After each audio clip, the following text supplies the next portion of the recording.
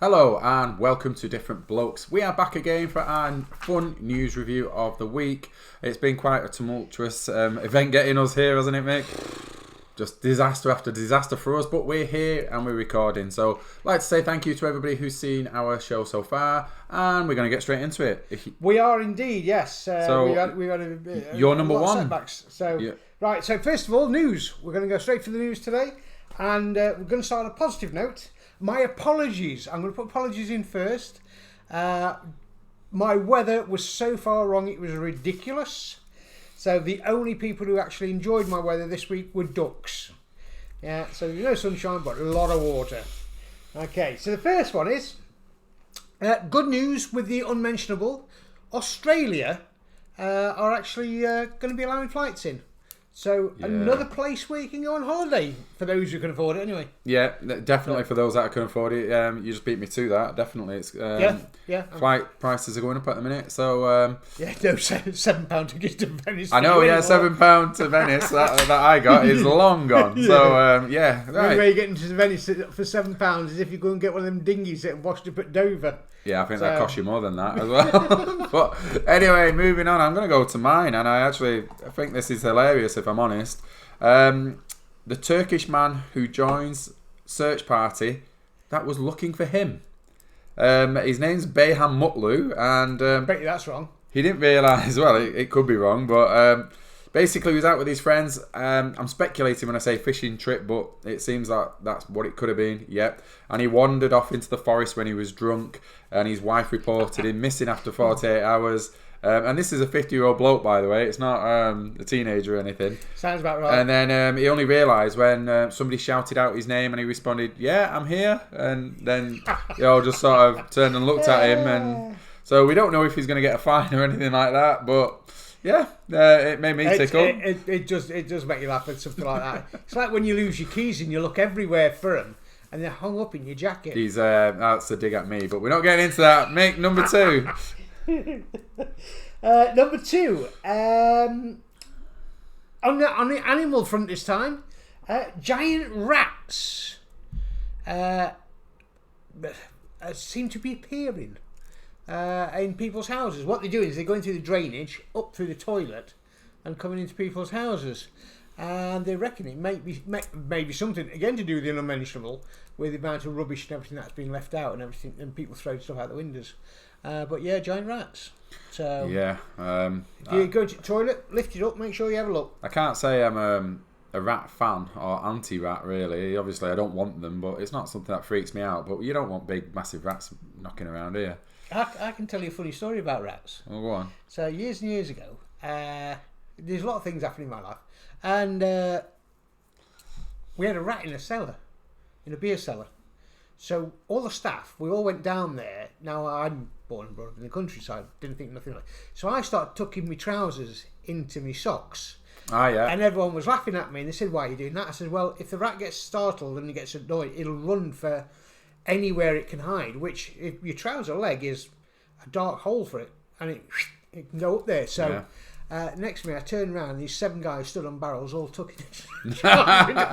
Yeah, I actually do know that one, and it's a similar sort of thing around snakes, isn't it? That sort of thing. Well, I'd actually seen it happen in life. Right. So where the rat had gone up. It was when I was working on the farm. He'd gone up the farmer's trousers, and it was stuck in the middle of his back. Gone up through his thing, and it was under his shirt. Now, if you turn it round, a rat will go. It'll really tear into you. Yeah. So one of the other guys from the farm came up with a shovel. Oh, whack! Yeah. On his back, because that's the safest way to deal with it. But it hurts. I can imagine. Right. Well. Yeah. Right, anyway. Giant rats. Yeah. Number 2. A study has shown that computer games can help keep dogs entertained and avoid onset dementia, apparently. Which is, sorry you went onset dementia. Well, but... The onset of dementia. Yeah. Right, okay. Yeah, it's just the saying, isn't it? Onset dementia. I just had a vision of a dog in front of a television screen going like that. No. But, I mean, for one, who's paying for those studies? Why would you study that? And who would think of actually bringing up that study? Yeah, and how do you prove that, really? I don't... Anyway, that was my number 2. just because it was bizarre. And How could you tell with the dog? yeah, I don't know. I don't know. I don't know.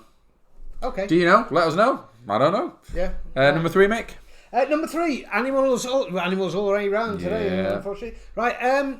Luckily, a 1 in 3 million, I think it is, chance of a lobster, an orange lobster, was rescued from a grim death by somebody in a store, in a store tank. Yeah, no. It In the was restaurants, orange. do you mean? No, Was no, it a store? no. It was in a store? No, it was in Okay. a store. It was a store. They spotted the orange lobster. Now, orange lobsters are very extremely rare because of pigmentation. I've actually seen one which 1 in 30 million, which was literally as if someone had drawn a line down it, which was black and blue one side and then orange the other side. Yeah. But this one was all orange. Yeah. Anyway, so this person bought it and actually saved its life because it was orange. Fair enough. So it had gone red if you'd have put it in the water. Yeah, I must admit, I wouldn't have realised if I saw an orange lobster, it wouldn't have meant much to me. That. Yeah, it's extremely rare. Fair Extremely enough. rare, yeah. Fair enough. I must admit, at this point, I've actually chosen 4 this week. So Okay. I've got a number 3, and it's only in there. I actually missed it. It was from last week, but edible grasshopper sweets have been launched in Israel, and the reason why I've included it is because I wanted to ask you: would you have them? Would you try them? Yeah. Because I wouldn't. I would. can't. No. I just think that the back bit is, and then it's going to be crunching and. So as you bite it, it's going to be like. Oh man. Right. Anyway, I'm moving on. Mick, have you got a 4th? Did you have a 4th? No, but I have actually got a 4th. I did notice on one of the channels. I don't know how old it is or anything like that, but nature does fascinate me sometimes. Some of the offsides of nature, and they actually saw a film of a albino killer whale, and it's not uncommon apparently. Okay. But it is uncommon for them to get full size. So if we're talking about size, we're talking about fin like everyone else's fin's that big, and this thing's fin's like that big. So it's twice the size of a killer whale. Right. And they got it on film. These Russians had filmed it, and I was like, wow. Amazing. Okay. Should I move this off the nature show then? Yeah, we'll go off the nature show. Right. I'll grow a beard and we'll do a Bill Oddie. Well, yeah, I mean, my number 4, it's a bit weird. Well, it's very weird, in fact, because Amazon are expecting that the number 1 outfit for Halloween, the bestseller, is going to be a sexy Bernie Sanders.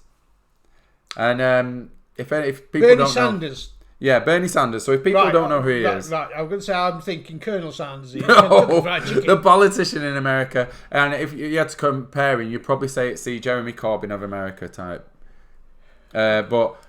yeah, so somebody's come up with this. Gonna get a battering. Who gets this idea? And I mean, sexy Bernie Sanders? Why? I don't know. And Amazon have fully stocked up, expecting this to be the number 1 seller.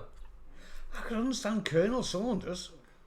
It's turning up with a KFC bucket, but turning up with a ballot box. It's not going to mean anything to me whatsoever. So okay. Yeah. So if you know who he is, you know what I'm on about. If not, Google it. Have a look. Yeah. Right, I'll quickly move on to sport then. Go on. I was going to get one of the inflatable whoopee cushions and go as Trump. Oh no! Ba-boom. And there's his impression there. So our sport review for the week. Right, go on, sport. I'll keep it simple. The Grand Prix last weekend, and I think you'll admit you watched this. I did watch it. See. So Lando Norris was leading for most of the race. He was. And then the heavens opened with a couple of laps to go, and his team didn't pull him in. So unfortunate. And he tried to hang on, but no, he just couldn't. And I think he finished 6th. I want to say he did. And Lewis Hamilton got his 100th victory. Yes. Brilliant for him. But the main winner of the day would be Max Verstappen, who finished last and managed to finish 2nd. Started last. Yeah, sorry, started last. Finished second. Apologies. So that was damage limitation because he changed his engine. So the penalty was to start at the back of the grid. Yeah. And actually, it's probably going to work in his favour now because he's got the fresher engine. And Lewis Hamilton will probably have to change his engine in the next couple of weeks. Possibly. So roles will be reversed. But again, I think we can safely say after that turnout that Lando Norris, he's going to be a superstar. He's going to be a superstar. And George Russell has just signed for Mercedes as well, the other Brit. So We are doing well. We're doing well this year. They're coming back again. Very quickly, I'll wrap it up. Well done, everybody. Obviously, football's on again this weekend. Are Spurs in trouble? We'll see what happens with Liverpool and Manchester City on Sunday. Norwich look like they've given up. No points. Sold the best players. What is going on there? I don't know. But I'm going to move it on to films now, Mick. Okay. We've got quite a few releases for once. So I'm going to busy this time. List a couple. Yeah. We've got Sounds in Love and Diana the Musical released on Netflix. I'm not quite sure how you get Diana the Musical, but we do. Addams Family 2 is out, and we've got Venom, Let There Be Carnage, and obviously James Bond, No Time to Die. Yep. This seems to be it's picking up.